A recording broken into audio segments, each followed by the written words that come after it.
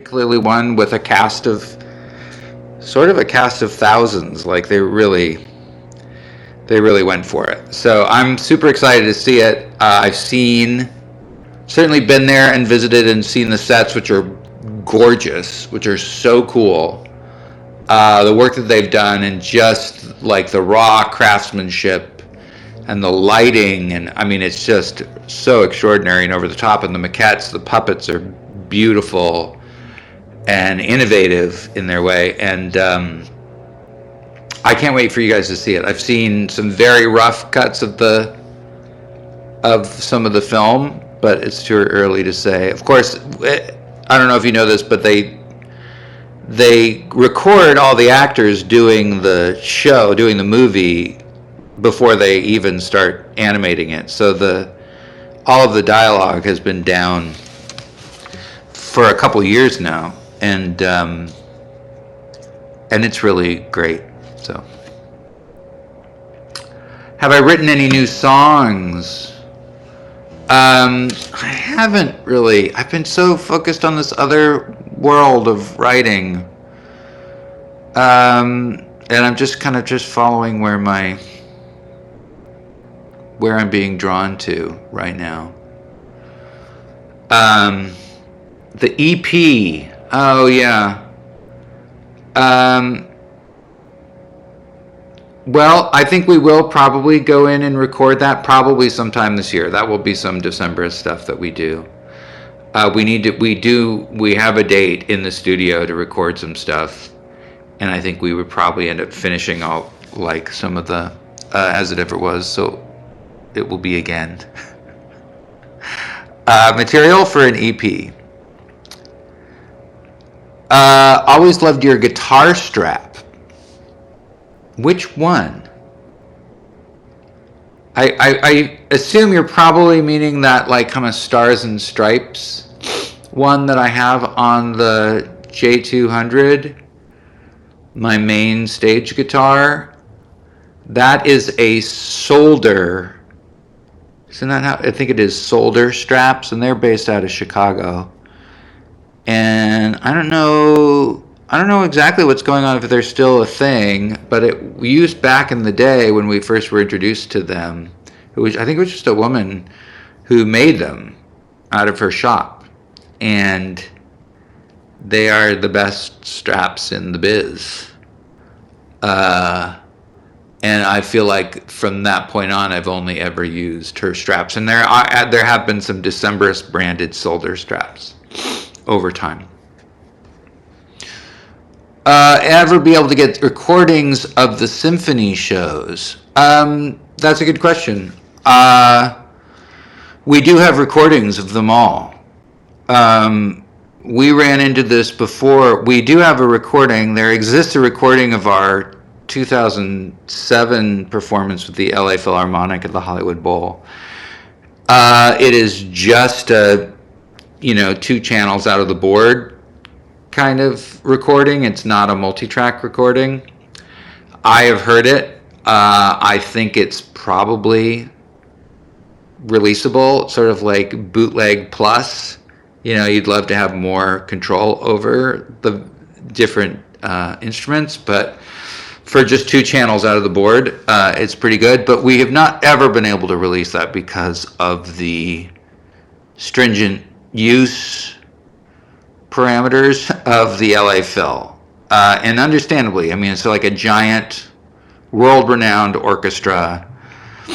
And also the venue is like so iconic, the Hollywood Bowl. So between the orchestra and then the venue usage, every time we've looked into it, it's so extraordinarily expensive just to pay the licensing fees that it just doesn't make any sense to do it, which is a bummer.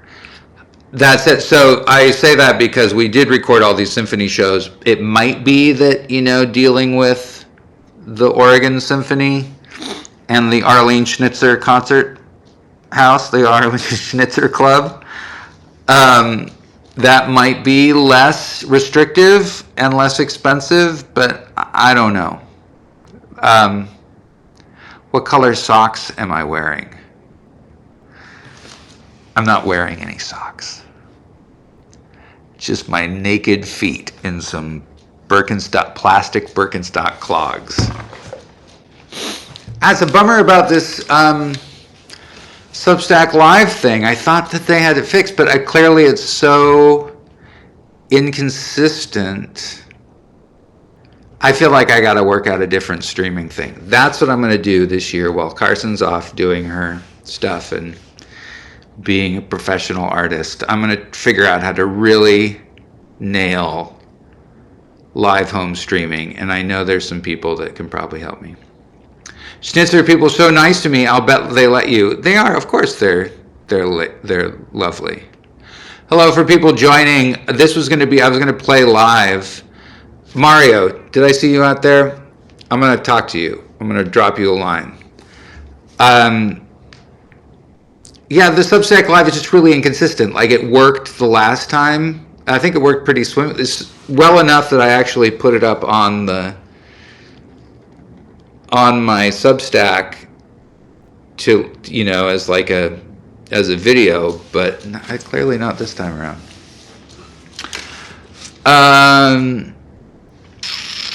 Other questions? Happy to answer them. So basically, I'm just turning this into a Q&A session instead. What hat is that? I'm just taking the questions as they come. This is just a Carhartt hat.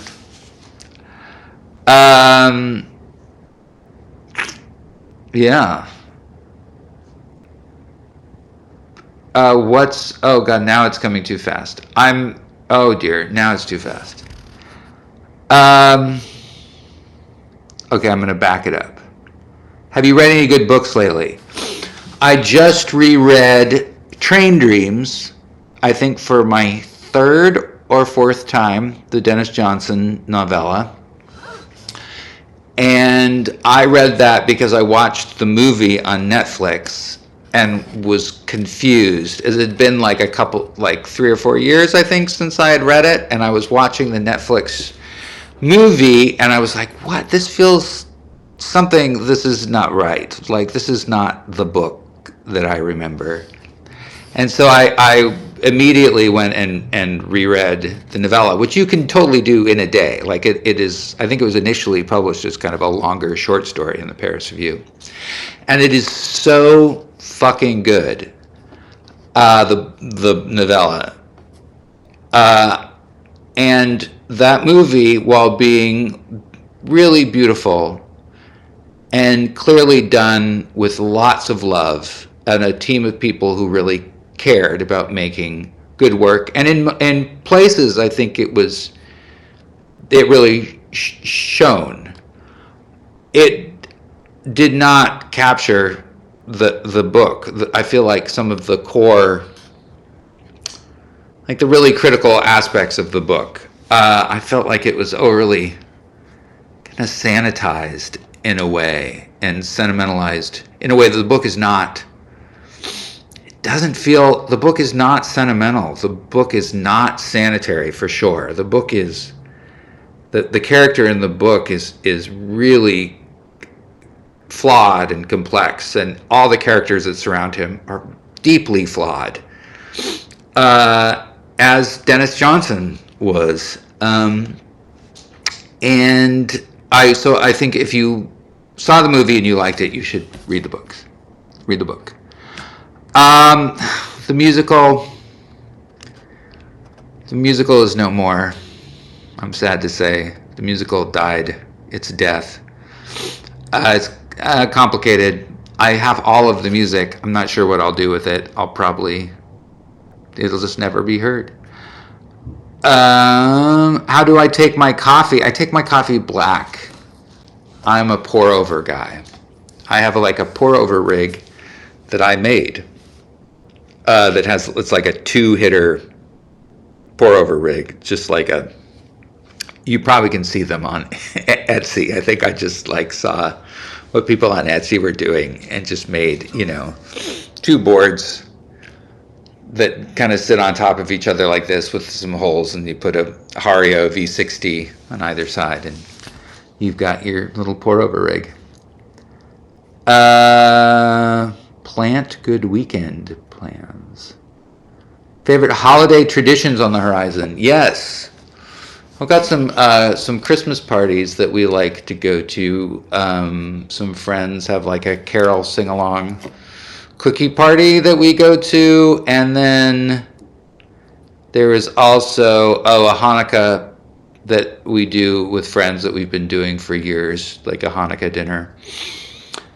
And then we've been hosting for like a small group of friends this is going to feel a little on the nose, but a Dickens themed Christmas party where we make Victorian food and sing Christmas carols around a piano with a friend who can really play piano. And last year I think we made a goose and a roast beef, and following a recipe from a Victorian cookbook, made a sunchoke soup, which is Jerusalem artichoke is what they would call it in the Victorian times. But I neglected to like skin them first, and I don't know if you know what sunchokes do to the human digestive system, particularly if they haven't been skinned. But needless to say, it kind of made for an interesting latter part of the party. There's somebody asking about Train Dreams. Great movie. I'm sorry to, as my kids' school say, yuck your yum, but I was not feeling it. Songwriting process.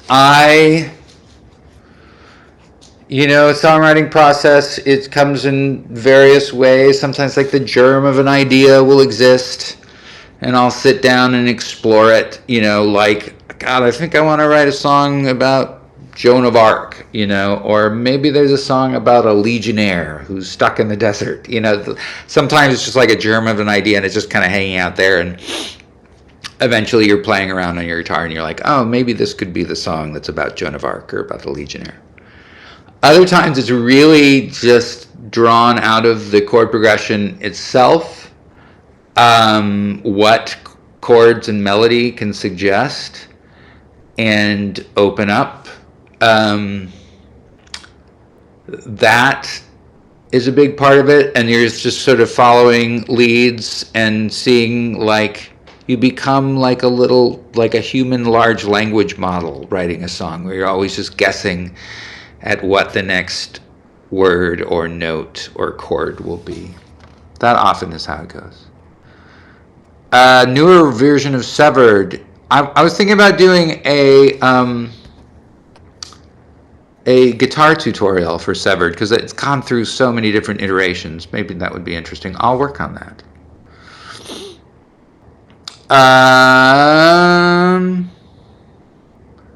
Any other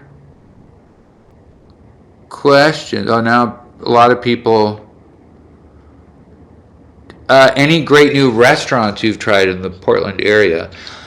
I just went to Les Chelles, which is the new French place on Division, where the old Woodsman Tavern used to be.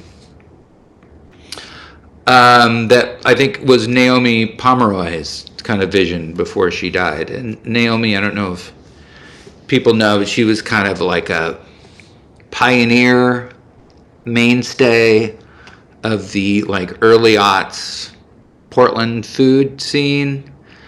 And she and her husband at the time started these kind of family dinners out of this building in Northeast that I might have even performed at, one of their early ones. They would sometimes just get random, you would get somebody to play some music at it, or had just been invited to them. And she eventually opened up Clark Lewis and then Beast, which became, I think, kind of like a calling card for Portland kind of early 21st century cuisine, right when all that stuff was kind of hitting nationally. And she was super sweet and super creative and an icon in the food scene, and she died really tragically. I want to say it was last year in a really freak accident. She drowned in the river outside of Corvallis, just like inner tubing with her husband. It's so sad. But I feel like she lives on, like there are restaurants that still bear her name and like her thumbprint, and that seems to be continuing with this place, La Chelle. And it's like a French bistro, and I kind of love a French bistro that wants to behave like a real French bistro, not like a fancy, overly fancy, but like pretty much bare bones. You're gonna get some oysters and some shrimps, a pretty simple wine list, and then a lot of really basic kind of French comfort food, and that's what that is. I dig it. Okay. Did you cut down a tree for Christmas? Yes, we went to our local U-Cut place that we've been going to for years since we moved out here to the farm, and got our Christmas tree last weekend on Sunday. Any plans to record that Invisible Boy song you played last time? I don't know. I need to go back to that and look at it. An illustrated book of lyrics with band notes on the songs. Yeah. I feel like John Darnielle just did that. I haven't seen it like an annotated. I certainly have a lot of them on the Substack. I should do more of those annotated songs and then work towards that. Have you read any Claire Keegan? I love Claire Keegan. I have read a bunch of her books. I really love Foster, and the one about the convent and the guy at Christmas is really beautiful. And I started watching the movie for that too. And movies of beloved books, man, doesn't always work out. What we were also watching, there's a great adaptation of The Dead, James Joyce's short story that John Huston did. It was his last movie, and that's pretty good, but still doesn't get down to the nitty gritty of what that short story is all about. Have I read Lincoln in the Bardo? Yes, I love Lincoln in the Bardo. Northwoods I have not read, but everybody tells me I should read it, and I will. Right now I'm reading Les Miserables. I don't know why. Oh, it's because I was reading something, and that led me to I should read Les Miserables. And then I found this beautiful edition of Les Miserables. It's one of the Penguin illustrated editions that Gillian Tamaki did the cover for, and it's like a gorgeous edition, paperback. It's out there, and she does such a good job. And then I was like, I kind of want to read Les Miserables. So I've never read it, so I'm reading that, and then I stopped, and I was like, no, I should reread A Place of Greater Safety first, the Hilary Mantel novel, to have a better grip of French Revolution history before diving into Les Miserables, which follows that. And actually that was really helpful, because there's so much, deep stuff about French, immediate post-revolution French history in Les Miserables that I think Hugo naturally assumes that as a contemporaneous reader you would just know this stuff, but it can tend to get a little lost. And now I want to read a biography of Napoleon after that. Yes, Husker Du's 1985, The Miracle Year. I love it. It's really great. I got the T-shirt that came along with it, and if you look at and you probably in the box set too, you look at their touring schedule, and it's absolutely insane.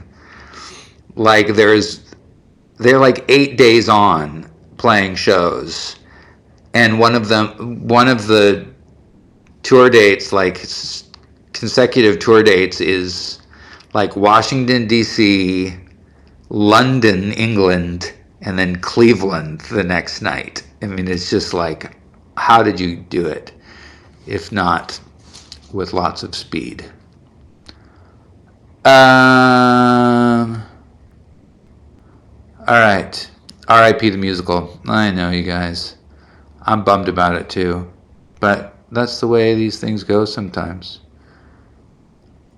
Oh, right. My Brightest Diamond is playing in Monmouth. What's she doing in Monmouth? That's so wild. Nick Offerman would be... It's not that fancy. I don't know that he would be that impressed with my woodworking ability. All right, I'm gonna call it good here, guys. Thanks so much for popping on. I'm gonna get this streaming thing sorted out. I'll post this on Substack anyway, so you can listen to my shoegazer renditions of my own songs. And then also, if you missed this, you can see the Q&A. And I'm going to get down to and figure out a good streaming platform or something. Keep well. Happy holidays. Talk to you soon.